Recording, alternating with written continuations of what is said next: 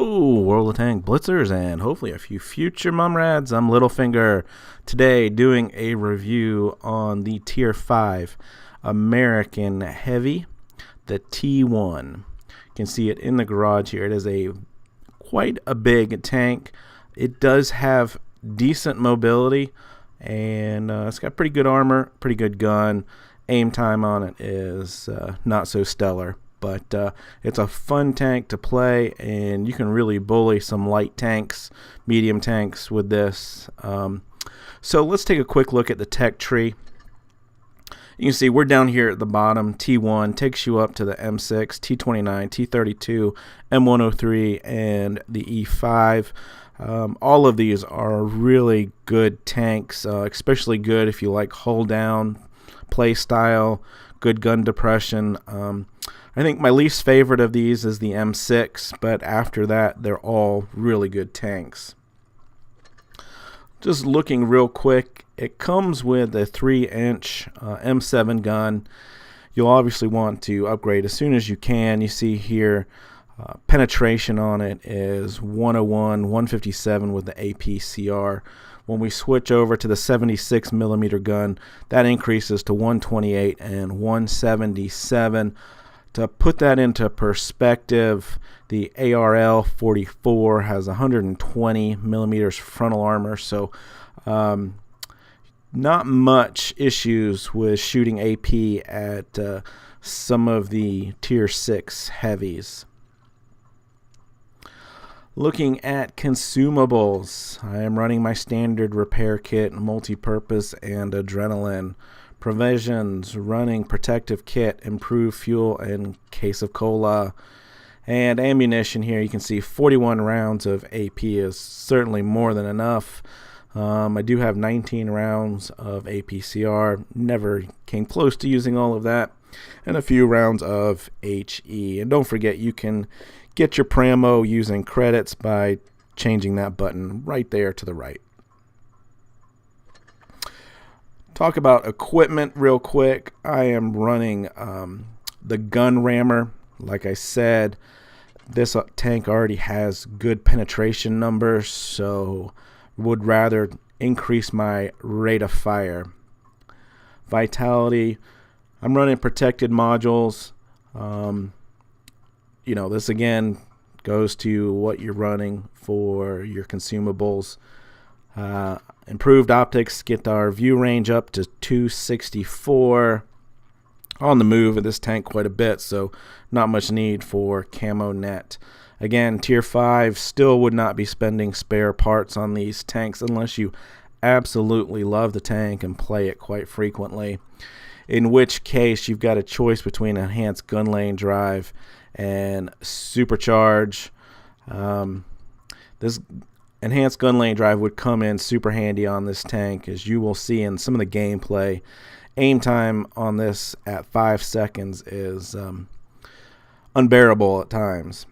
Enhanced armor versus improved assembly. 40 hit points is not much, whereas you've got pretty good armor already, so you're increasing at 5%. Definitely we'd go with enhanced armor.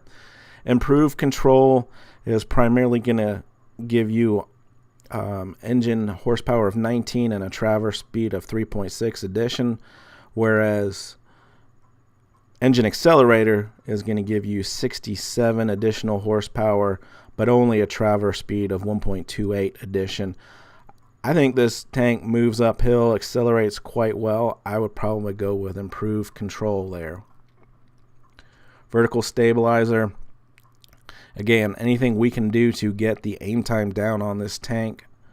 So I would go with that over a refined gun. This is a toss-up to me. And consumable delivery system really, again, depends on what consumables you are running. Obviously, pick the one that you're running the most of. So if you're not running adrenaline and power boost, I would say choose consumable delivery system. So let's take a look at how this tank compares to the other Tier 5 heavies. Alright guys, here we are on blitzstars.com using the tank compare section. You can see here I've pulled up all of the premium Tier 5 heavies, T1 on the left, KV1, BDR, Churchill, and VK 30.01H. Tried to pick tanks with the guns as close as possible to the T1 so we get a closer representation here. So damage per minute, 1549. Only the BDR is higher than us. So our penetration at 128 is right in the middle of the pack, but still quite good for the tier and playing against tier 6 in my opinion. Alpha is a little low at 160 compared to the KV1 and BDR, but the key to remember with this tank is your rate of fire of 9.68. Your reload is only 6 seconds. So if you're up one-on-one with a KV1 or BDR, keep that in mind because you can get an extra round off if you're kind of just trading shots. So don't be afraid about the reload times against those tanks. Caliber, you can see there is a 76 millimeter. Again, KV1 and BDR going to do more damage. They are bigger caliber guns. Shell velocity 792. Nothing to write home about there. It's just standard. Aim time. This says 2.08 seconds. Obviously, in game, it's saying 5 seconds. So this is kind of in line with the BDR and Churchill. KV1's also got a long load time, aim time.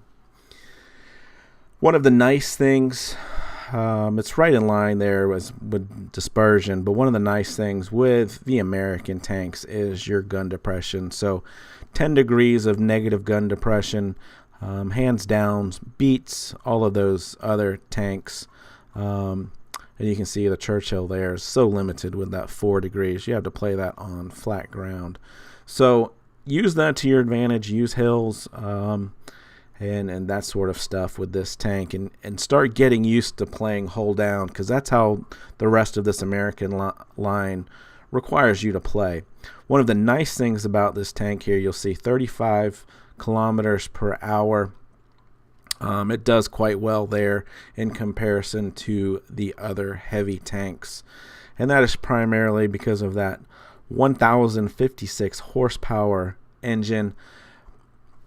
Train resistance isn't that good, but we're getting a effective horsepower there of 16.5, which you can see is hands down way above those other tanks. So you're going to notice that, especially like acceleration, starting to go up hills, the tank's going to respond a lot faster.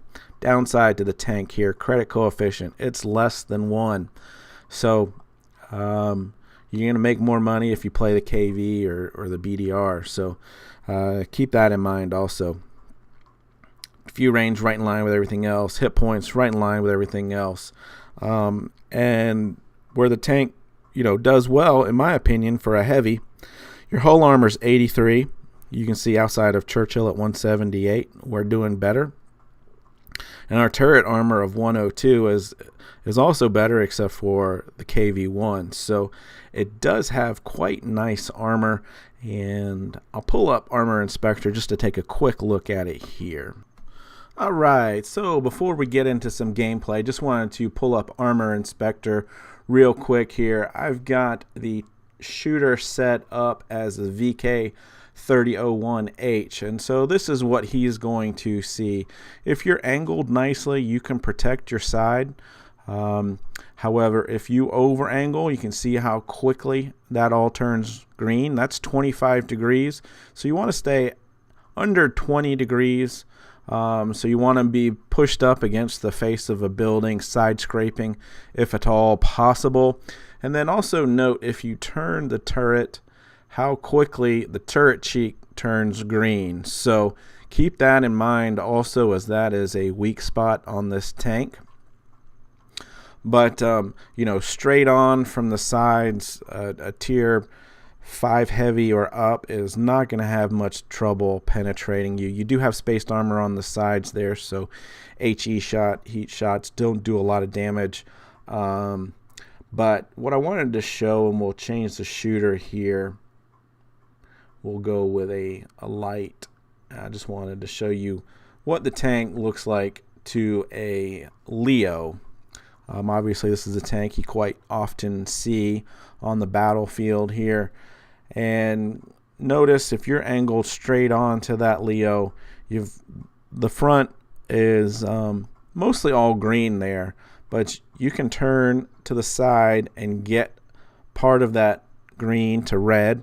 And so a good trick when obviously facing a Leo, keep him in front of you and just wiggle from side to side, making it more difficult to hit that small green area. So just some pointers with the armor now that we're starting to get up to where it really matters on how you position the tank. First game, Yamato Harbor Supremacy, bottom tier.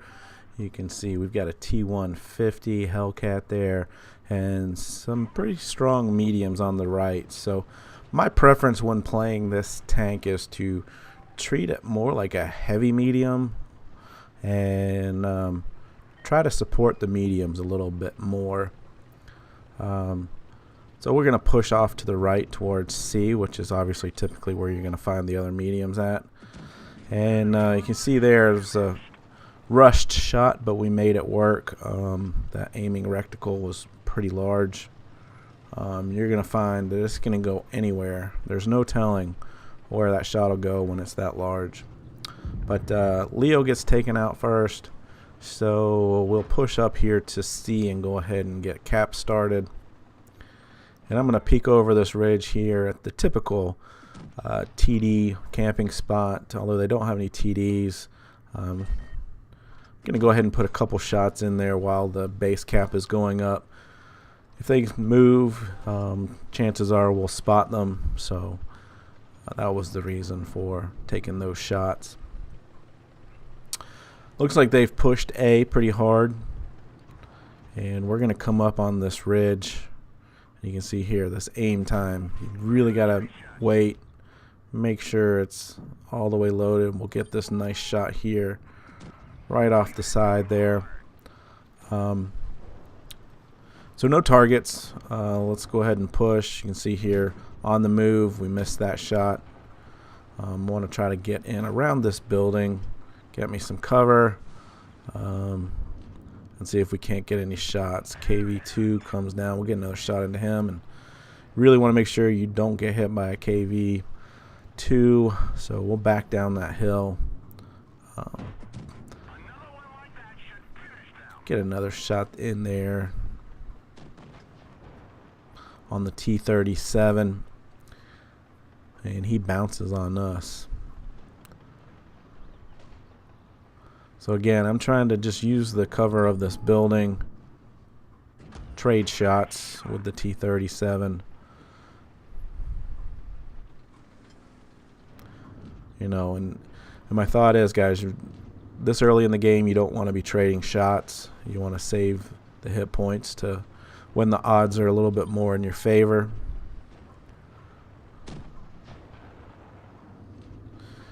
Can pretty much aim anywhere on that T-37 and penetrate, so we don't wait for the reticle to go down, the aim time. You can see that BDR took a shot at us and only got our tracks. It's one of the nice things with this tank. And we'll get a shot into him, and gonna go ahead and switch it over to APCR so we make sure we get that kill. Now we can be a little bit more free with our hit points, although it's not really going to matter in this game. We've got a 2-base advantage and a 2-tank advantage at this point in time. So we're just farming a little bit extra damage. You can see there, we're rolling at about 148, 150 per shot.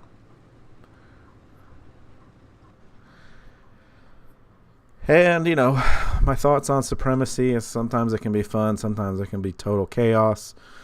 The games do typically tend to be a little bit shorter. But we ended up doing 1542 in damage, top in the class there, even though we were bottom tier, 2 kills. So game 2 here is on Copperfield. Again, a Supremacy, bottom tier as well.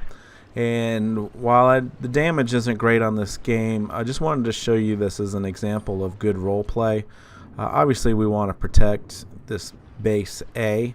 They've got a lot of heavies, and even you can see their Cromwell's shown up there. So they've obviously come up to A, and we've got a couple guys flanking around to C.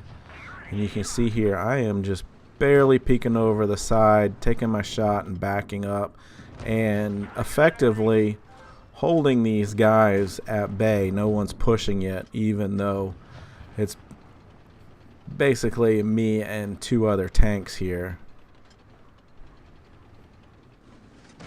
And they have their whole team. So I'm trying not to trade shots, but also trying to keep them from pushing hard. So our team has managed to take all 3 bases at this point in time.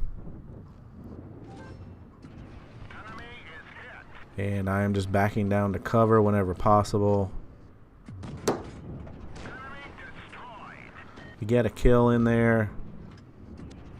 Get another shot on the Churchill, and I think he thinks twice about that move. So he's going to back up. We'll finish him off. So you can see here, our days are numbered because we've got an SU-85 coming right at us, but we were able to take out 2 tanks and hold that position while our team flanked around and obviously capped all 3 bases. A little bit of bad driving there, guys, but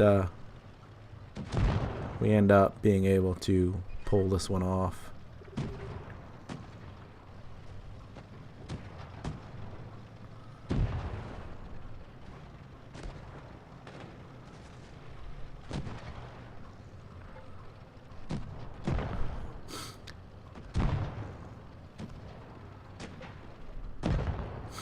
So as you can see, it has a role to play as a heavy, but like in the first game, you can also play it like a medium.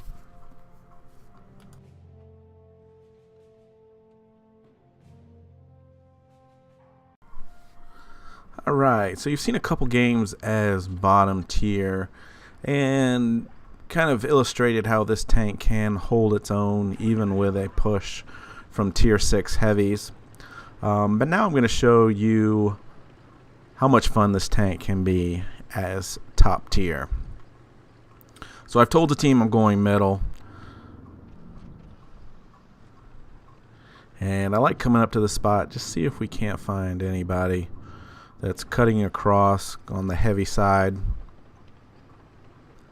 They're not there, so I'm going to be patient and waiting for them to start popping up. Looks like they are going on the north side of the map here. So one of the nice things with this tank is our gun depression.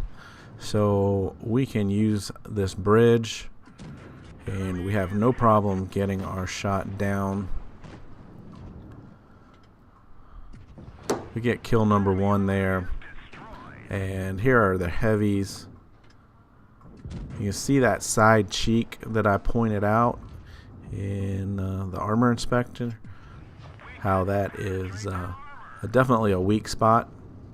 Unfortunately I missed that shot, but anyway, looks like they're piling up on that side, and we've got good cover from the rocks to our left. We're just peeking out when we're ready to shoot and backing up, bouncing shots there. We're doing a good job of not taking too much damage just yet. We do get a shot from that T-67, who does turn out to be a good player. I am not sure how my engine caught on fire as getting shot from the front, but anyway, we put that out, and we've taken some significant damage here. Thankfully, that T-67 misses again and bounces that one. So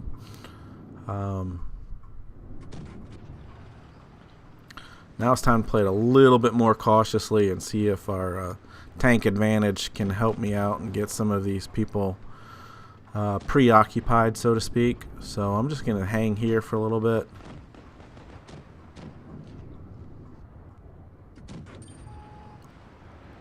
And just wait to see how things start to unfold. And I see that red dot to my left, meaning someone's behind me.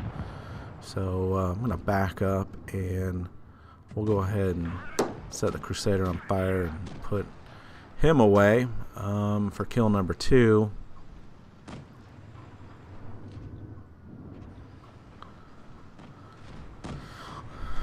I know they're focused there on that Leo. He gets taken out by the T-67. I do some bad driving here and accidentally knock into the B1, but we finish off the Covenanter.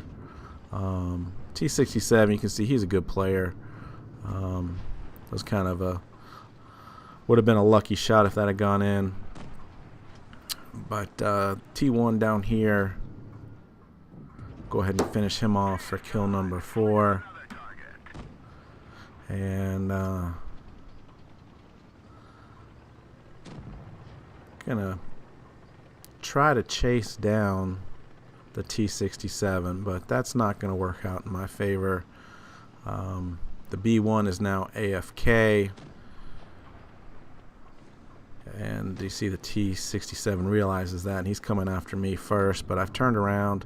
I missed that shot, but the nice thing about this tank is the amount of damage you can do from ramming. So we take out his tracks. He's got a slow turret, and we're able to reload and finish him off for kill number 5.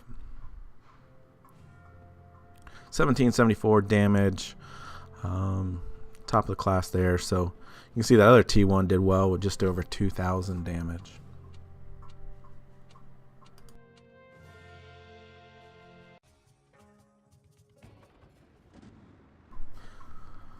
So, like I was saying before, one of the things I like to do with the T1 is run it more of a medium with those mediums, the lights, and you can see how much damage you can do in this game just by ramming.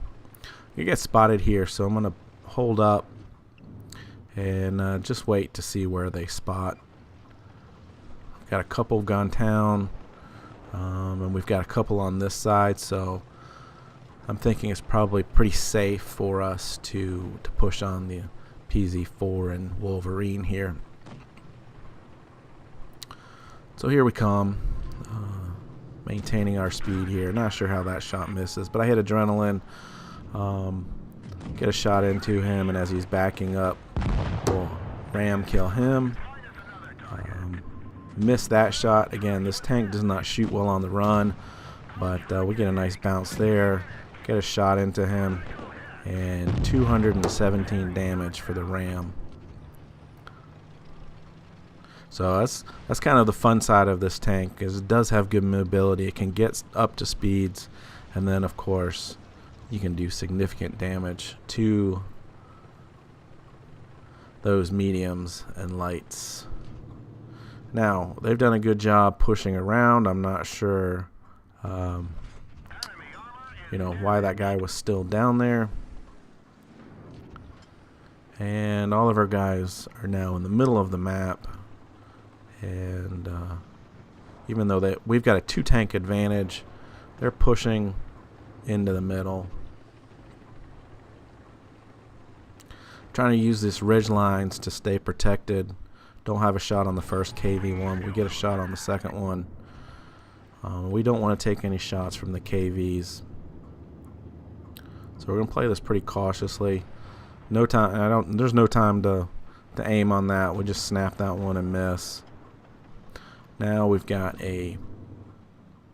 another tank advantage. Unfortunately, that shot misses. I'm trying to be careful and not wait the full time for my aim. Get that KV. There's still 3 on 6.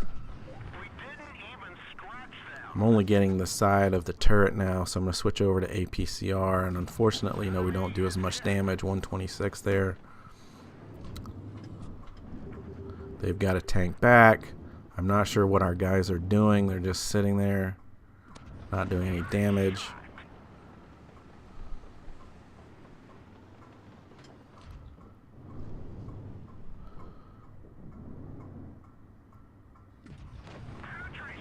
.157, that's not bad roll there.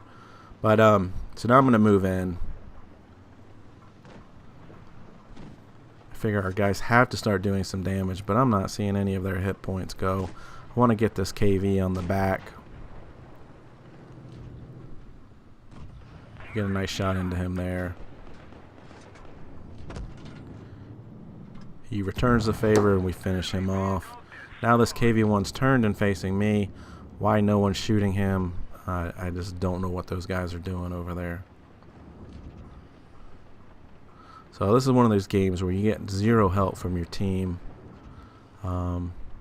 Maybe my better strategy would have been to just keep backing up and see if we can't go after the Hetzer there. KV misses the shot, so I'm thinking, all right, let's see if we can't take advantage of this.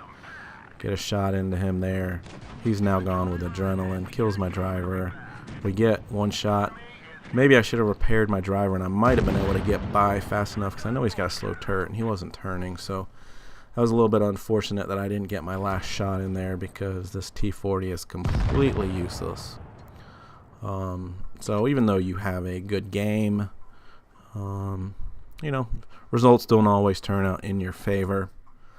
But anyway, so we're sitting here at 2180 damage. We've got a platoon of zeros against a Traore platoon. You know, it's just the way it rolls sometimes. Moving on to the last game I'm going to show you here. Top tier.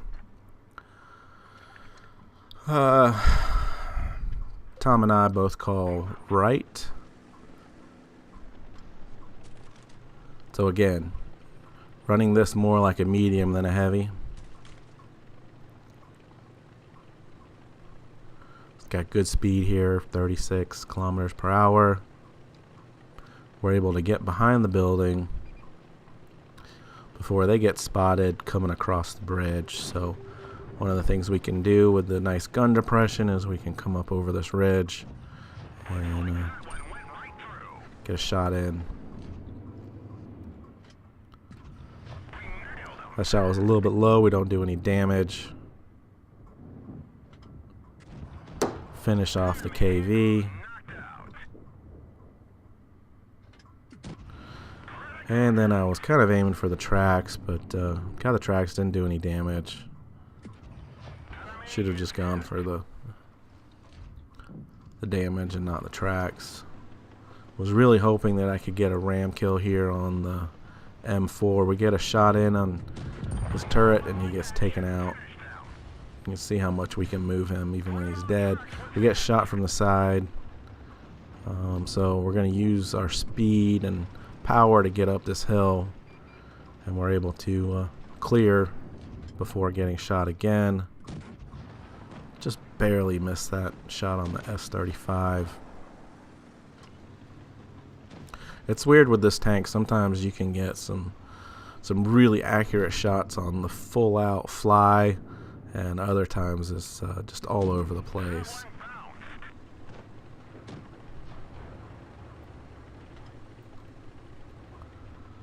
But again, you can see it does quite nicely coming up hills. Any other heavy, you're sitting here for a minute. Alright, so now let's relocate these guys through the building there. So I just took a pot shot. And he is now not paying me any attention, so we'll go straight for that track. Not too worried, we're angled nicely. Just keep on aiming for that track. It's down to 2. This BDR. Now I'm not worried about my hit points. So we'll go ahead and ram him for 167. M4 gets him. And now for the fun. We're going to get up to full speed, go downhill. And we've got an S-35 sitting at the bottom of the hill. You know how this is going to end. Here we go. Not even bothering trying to shoot. They just land right on top of him. 327. Take him out.